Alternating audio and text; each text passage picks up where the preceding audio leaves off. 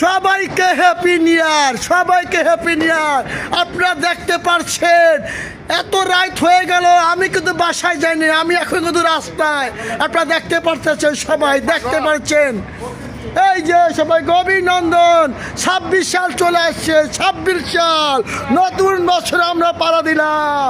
নতুন বছরে আমার দাদা ভাই, এই যে আমার দাদা ভাই দেখতেছেন, 26 সাল ফিরে যাবার সময় হয়েছে। মন কেন যেতে চায় না বলো না, মন কেন যেতে চায় না। সবাইকে happy new year, happy new year. নতুন বছর চলে আসছে, দেখতে পাচ্ছেন আমি কিন্তু বাসায় যাই না।